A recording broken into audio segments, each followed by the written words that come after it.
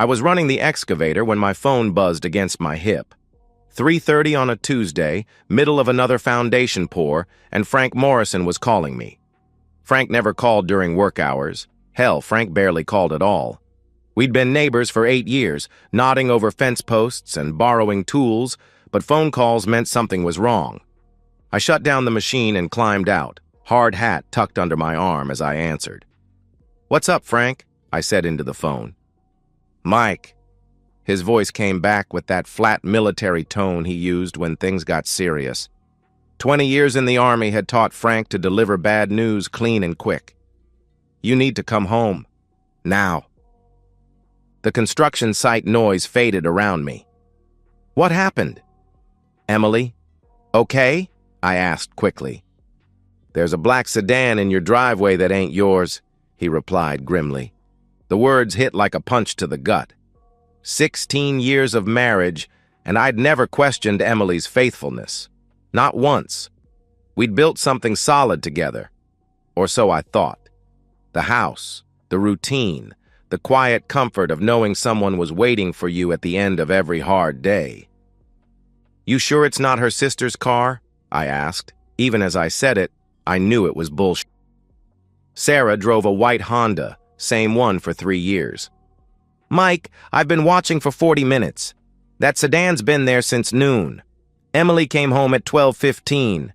She's been inside with whoever drives that car ever since," Frank explained. My hands started shaking. The phone felt slippery against my ear, and I had to grip it tighter. Around me, the crew kept working, pouring concrete like the world hadn't just tilted sideways.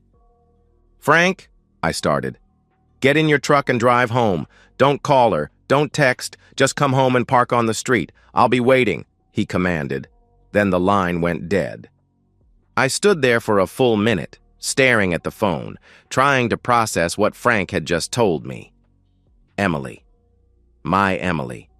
The woman who made coffee every morning at 5:45 so it would be ready when I woke up. Who fell asleep watching old movies on my shoulder every Sunday night. Who'd cried when we couldn't have kids and held my hand through my father's funeral last spring. But Frank didn't make mistakes. 20 years of military service had trained him to observe and report facts, not speculation. If he said there was trouble at my house, there was trouble at my house. I told my foreman I had a family emergency and drove home in a haze. The familiar streets of our neighborhood looked different somehow, like I was seeing them through someone else's eyes. The Hendersons' yellow house with the overgrown hedge. The stop sign at Maple and 3rd where teenagers always ran the red. The coffee shop where Emily and I had our first date 17 years ago. All of it felt foreign now, like props in a play I didn't know I was performing in. Frank was waiting in his driveway when I pulled up. He walked over to my truck before I'd even turned off the engine, moving with that purposeful stride that had never left him despite being retired for 5 years. His gray hair was buzzed short, and his weathered face was set in hard lines. "Black Audi," he said without preamble. "License plate starts with JTR. Been here 2 hours and 20 minutes. I looked at my house, our house, and saw the sedan parked in the driveway like it belonged there. Right where I usually parked my pickup after work. The front door was closed, but the living room curtains were drawn tight. They were never closed during the day. "What do I do?" I asked. The words came out cracked and small. Frank's expression softened just a fraction. "You document everything. Get your phone out and start recording. Whatever you find in there, you record it. Don't react, don't yell, don't throw punches. Just record," he instructed firmly. "Frank, I can't," I protested. "You can and you will," he interrupted. "You've got 16 years invested in this marriage and half your assets tied up in that house. You don't want to give her lawyers any ammunition to use against you, so you stay calm, you record everything, and you let the evidence speak for itself." He was right. I knew he was right. But knowing something and doing it are two different things when your world is collapsing around you. I pulled out my phone and opened the camera app. My hands were steadier now. Something about having a plan, even a terrible one, helped focus my mind. "I'll be right behind you," Frank assured me. just in case. We walked across the street together, our footsteps loud on the asphalt. The afternoon sun was bright and warm, birds singing in the oak tree we'd planted for our 10th anniversary. Everything looked normal except for that black sedan sitting in my driveway like an accusation. The front door was unlocked. It was never unlocked when Emily was home alone. She was paranoid about security, always double-checking the locks before bed. But today, it turned easily under my hand. I started recording as I stepped inside. The living room looked normal except for the men's jacket draped over the back of my leather recliner. A jacket I'd never seen before, expensive-looking charcoal wool. On the coffee table sat 2 wine glasses, both half empty, next to a bottle of the good Cabernet we'd been saving for our anniversary next month. My throat tightened, but I kept the camera steady. A trail of clothes led from the living room toward the stairs. Emily's blue blouse, the one she'd worn to work that morning, crumpled on the hardwood floor. A man's dress shirt draped over the banister. Her black skirt at the bottom of the steps. Each piece of clothing was another nail in the coffin of our marriage. But I recorded them all. Frank stayed close behind me, saying nothing, his presence solid and reassuring. The sounds from upstairs made my stomach clench. Low murmurs, rhythmic creaking, the unmistakable sounds of betrayal happening in the bed I'd shared with my wife for 16 years. I climbed the stairs slowly, recording every step, every sound. The bedroom door was half open, and through the gap I could see moving shadows on the wall. My wall, in my bedroom, in my bed. Frank's hand touched my shoulder briefly, not restraining, just reminding me he was there. I reached the door, took a deep breath, and pushed it open wide. Emily froze mid-motion when she saw me, her eyes going wide with shock and something that might have been fear. The man beneath her, dark-haired, maybe 40, someone I'd never seen before, jerked upright so violently he nearly threw her off the bed. "Oh, God!" Emily whispered in horror. "Mike, this isn't what it looks like." I kept the camera rolling, capturing everything. Her naked body scrambling for the sheets, his panicked face as he tried to cover himself, the rumpled bed where my wife had been with a stranger in the middle of a Tuesday afternoon. "This isn't what it looks like," I repeated her words back to her, my voice flat and emotionless. "What does it look like, Emily?" The stranger finally found his voice. "Look, man, I didn't know," he stammered. "Shut up." Frank's command cut through the room like a blade. He stepped around me toward the bed. "Both of you, shut the hell up." Emily wrapped the sheet around herself, tears starting to stream down her face. "Mike, please, let me explain," she pleaded desperately. "There's nothing to explain," I replied coldly. I kept recording as Frank grabbed the stranger by the arm and hauled him out of bed. The man stumbled, trying to maintain some dignity while completely naked and obviously terrified. "Get your clothes," Frank told him with deadly calm. "You've got 60 seconds to get dressed and get out." "Wait, you can't just—" the stranger protested weakly. Frank slammed him against the bedroom wall hard enough to rattle the family photos hanging there. 2 quick punches to the solar plexus left the stranger gasping and doubled over, all fight knocked out of him. 50 seconds, Frank said conversationally. The man stumbled toward his clothes, pulling on pants and shirt with shaking hands. He kept glancing at me, at the phone recording everything, at Frank who stood ready to deliver more punishment. Emily huddled on the bed, crying harder now, her mascara leaving black tracks down her cheeks. "Mike, please stop recording," she begged through her tears. "Please, we need to talk about this." "We needed to talk about this before you brought him into our bed," I answered with icy control. The words came out calm and measured, like I was discussing the weather. Inside, I felt hollow and cold. "Get dressed and get out of my house." "This is my house, too," she started to argue. "No," I cut her off sharply. I kept the camera on her face, making sure to capture every expression. Remember that prenup you signed 16 years ago? The one you thought was romantic because I was so committed to marrying you? Turns out it's not so romantic when you're the one violating it."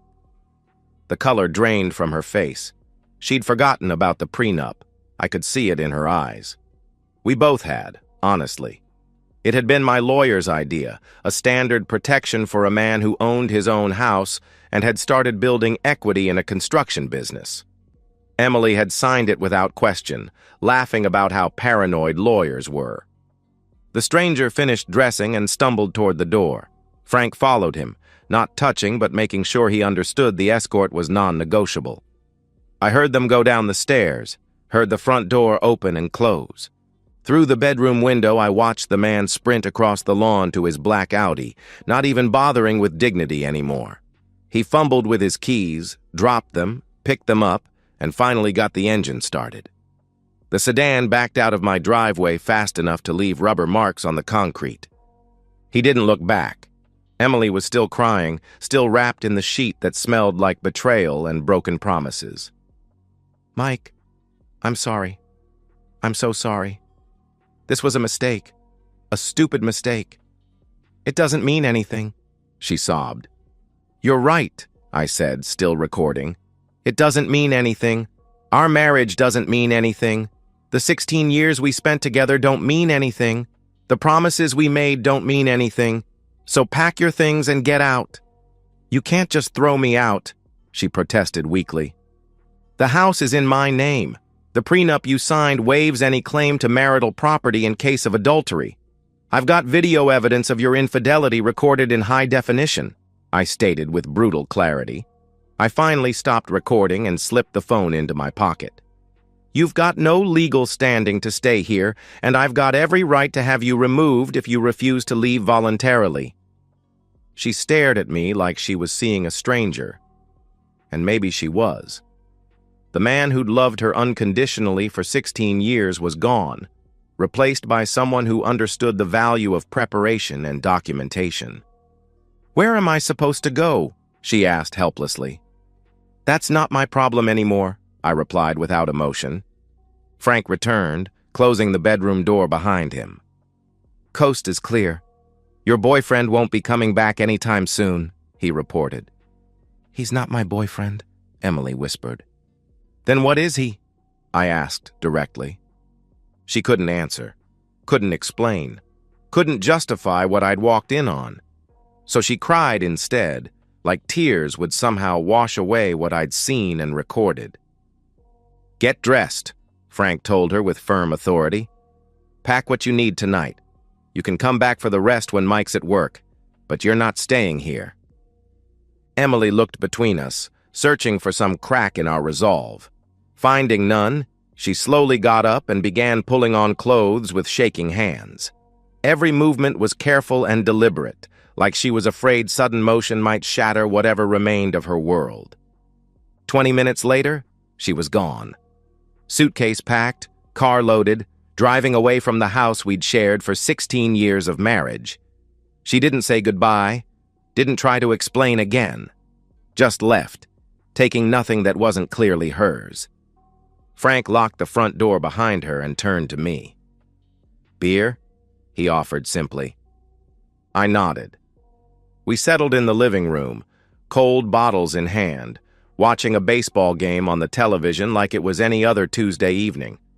Like my marriage hadn't just exploded in the space of an hour. We didn't talk about what had happened, didn't analyze or speculate or plan next steps, just sat in comfortable silence, two men who understood that sometimes the most important conversations happen without words. The game went into extra innings, but neither of us minded. My lawyer, Janet Morrison, no relation to Frank despite the name, reviewed the video evidence with the clinical detachment that made her worth every dollar I paid her. She'd handled my business contracts for 5 years, but this was our first foray into family law. "This is about as airtight as it gets," she said, closing her laptop after watching the recording for the second time. "The prenuptial agreement is ironclad, and your video documentation eliminates any possibility of her claiming emotional distress or denial. She can't argue the adultery didn't happen when we have HD footage of her in the act." We were sitting in her office on Thursday morning, 2 days after my world imploded. Emily had been calling and texting non-stop, alternating between apologies and threats, begging and demands. I'd forwarded everything to Janet without reading most of it. "What about the house?" I asked. "Completely yours," she answered confidently. "The prenup specifies that marital property acquired before the marriage remains with the original owner, and assets acquired during the marriage revert to the injured party in cases of documented infidelity." Janet pulled out a legal pad covered with notes. "She signed away any claim to your pension, your business assets, even the joint savings account." "She's got nothing?" I confirmed. "She keeps her personal belongings and her car. It's in her name only. Everything else belongs to you," Janet explained with professional satisfaction. "The divorce should be finalized within 60 days if she doesn't contest it." "What if she does contest?" I pressed. "With this evidence?" "Her lawyer would advise against it. Any judge who sees this video will rule in your favor, and she'll end up paying both legal fees.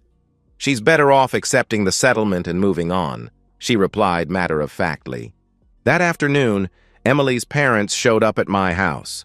Bob and Margaret Sullivan had been part of my life for 17 years, from our dating days through the wedding and all the holidays since. They'd always treated me like the son they'd never had.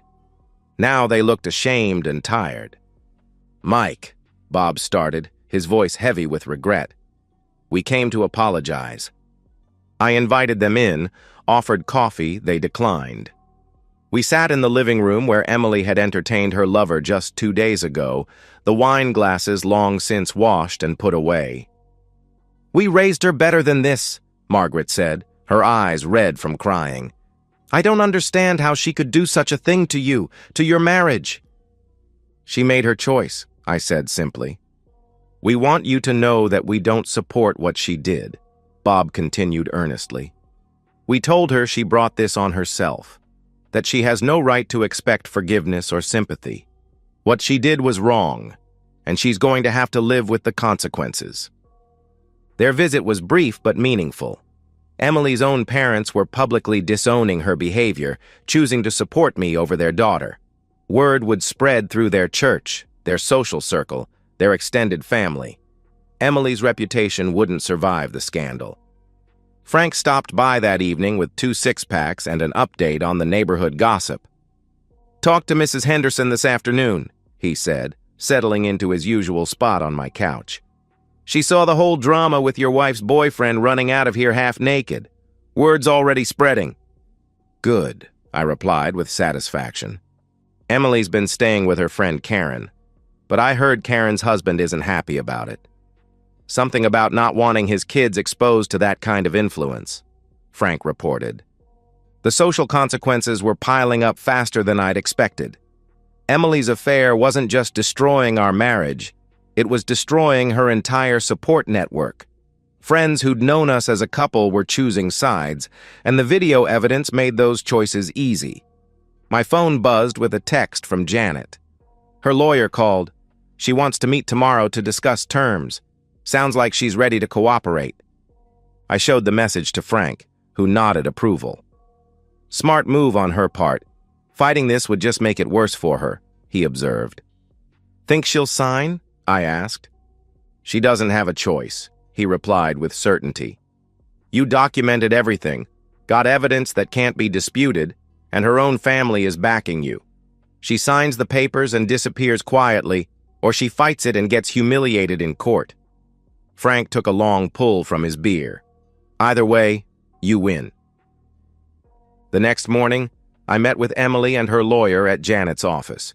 Emily looked terrible, pale, exhausted, like she hadn't slept in days. Her lawyer, a nervous young man named Peterson, had clearly advised her that resistance was futile. My client is prepared to accept the terms outlined in the prenuptial agreement, Peterson said without preamble. She requests only that the proceedings remain as private as possible.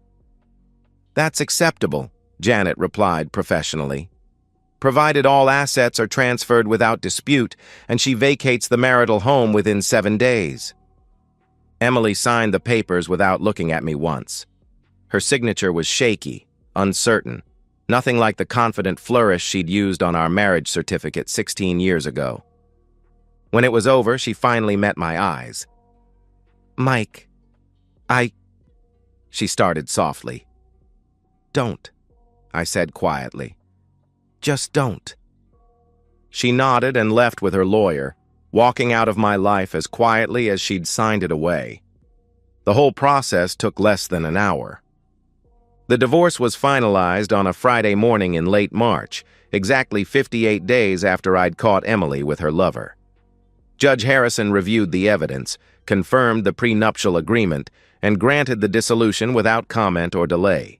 Emily didn't contest anything, didn't ask for reconsideration, didn't even attend the final hearing. Janet handed me the decree with professional satisfaction. "It's done. The house, your business assets, your pension, the joint accounts, everything transfers to you as of today. She keeps her car and personal effects, nothing else," she confirmed. I felt a strange mixture of relief and emptiness. 16 years of marriage reduced to legal documents and asset transfers. But it was clean, final, and completely in my favor. Emily's parents had been true to their word. At Sunday service the week before, Bob Sullivan had publicly apologized to me in front of the entire congregation, stating that his daughter had betrayed not just her marriage vows, but the values they'd tried to instill in her. The pastor, a kind man named Father Mackenzie, had offered his support and prayers for my healing. The social ostracism was swift and complete. Emily's book club expelled her. The charity organizations where she'd volunteered quietly removed her from their boards. Even the grocery store clerks who'd known us for years treated her with cool politeness when she came to town. The mysterious lover never reappeared. Frank had done some discreet checking. The license plate belonged to a rental car, paid for by a credit card tied to a business address 3 towns over. Whether he was married, single, or just a coward, he'd vanished completely after his humiliating encounter with Frank's fists. "Probably has a wife and kids," Frank speculated one evening as we watched the sunset from my back porch. "Type of man who runs naked from another man's house isn't the type to stick around and face consequences." Emily left town the day after the divorce was finalized. I heard from Mrs. Henderson that she'd loaded her car with boxes and suitcases, leaving behind even the furniture that had technically been hers. She didn't say goodbye to anyone, didn't leave a forwarding address, just drove away like she was fleeing a crime scene. In a way, she was. I spent Saturday afternoon changing the locks, more for psychological closure than security. Every key, every access code, every way she'd once entered my life was now sealed off. The house was truly mine now, legally and practically. Sunday evening, I sat in my kitchen reviewing bank statements and legal documents. The joint accounts had been substantial. Emily had been a good saver, I'd give her that. Her teacher's salary wasn't huge, but she'd contributed faithfully to our shared goals. Now those savings were mine entirely, along with the house, my business, and 16 years of accumulated assets. The prenup had protected everything. The video evidence had made her lies impossible. Frank's intervention had eliminated any threat from her lover. My lawyer's expertise had expedited the process. Every piece had fallen into place exactly as it should. Frank knocked on the back door around 8 o'clock, carrying a bottle of good whiskey and wearing a satisfied expression. "Figured we should mark the occasion properly," he said, setting the bottle on my kitchen table. "Complete victory deserves proper celebration." We drank to justice served and lessons learned, to the value of preparation and the importance of loyal friendship, to the truth that some betrayals can't be forgiven, only punished. The whiskey was smooth and expensive, nothing like the cheap beer we usually shared. It felt appropriate for the moment, a toast to endings and new beginnings, to the closing of one chapter and the opening of another. "What's next?" Frank asked as the bottle emptied. I looked around my kitchen, my house, my life reclaimed and secured. "Whatever I want," I said with quiet satisfaction. "That's the beauty of a clean break. No complications, no entanglements, no one to answer to but myself. Frank nodded approvingly. Freedom earned through smart planning and decisive action. Your old man would be proud, he observed. He was right. My father had been a practical man who believed in preparation, documentation, and following through on consequences. He'd taught me to think strategically, to protect what was mine, and to never let anyone take advantage of my trust twice. Emily had counted on forgiveness, on emotional reaction, on the assumption that 16 years of marriage meant something more than legal contracts and recorded evidence. She'd been wrong about all of it. The house was quiet after Frank left, but it wasn't empty. It was mine, completely and legally mine, filled with the satisfaction of justice served and the peace that comes from knowing the truth had prevailed. I went to bed that night in clean sheets, in my own house, with no secrets or lies poisoning the air. For the first time in months, I slept without dreams. 3 months later, Frank and I have settled into our ritual. Every Friday at 6:30, we sit on my front porch with cold beer and watch the quiet street. The neighborhood hasn't changed much. Same houses, same families, same peaceful rhythm of suburban life. But everything looks different now through the lens of hard-earned wisdom.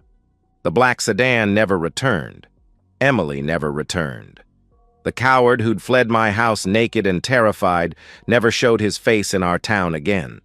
Some problems, handled decisively, solve themselves permanently. My construction business is thriving. Word somehow spread that I was a man who handled betrayal with intelligence rather than emotion, who planned strategically and followed through on consequences. Clients respect that kind of character, and my reputation for reliability has never been stronger. The house feels more like home now than it ever did during my marriage. No hidden lies, no secret resentments, no wondering what was happening while I worked late at job sites. Just honest space for an honest man to live an honest life. Frank takes a long pull from his beer and nods toward the Hendersons' house, where their teenage daughter is saying goodbye to her boyfriend on the front steps. Kid's got good sense, he observes approvingly. Keeping things visible, above board. The way it should be, I agree. We don't talk much during these Friday sessions, but we don't need to. We've both learned the value of loyal friendship forged through shared crisis. Frank saw trouble coming and warned me. He helped me gather evidence instead of acting on emotion. He eliminated the threat when it needed eliminating. That kind of loyalty can't be bought or faked. The sun sets behind the oak trees, casting long shadows across the street where I once lived, lies without knowing it. Now I live truth, documented and verified, with a friend who understands the importance of watching out for each other. Sometimes Emily's parents drive past on their way to evening church services. Bob always waves. Margaret sometimes nods. They've never asked about their daughter, never mentioned where she went or what she's doing now. Some chapters close completely when they end. At 7:30, Mrs. Henderson brings out her garbage cans for tomorrow's pickup. Mr. Peterson walks his dog past our house, stopping to chat about the weather or the latest city council meeting. Normal life continuing normally, the way it should when everyone's honest about who they are and what they want.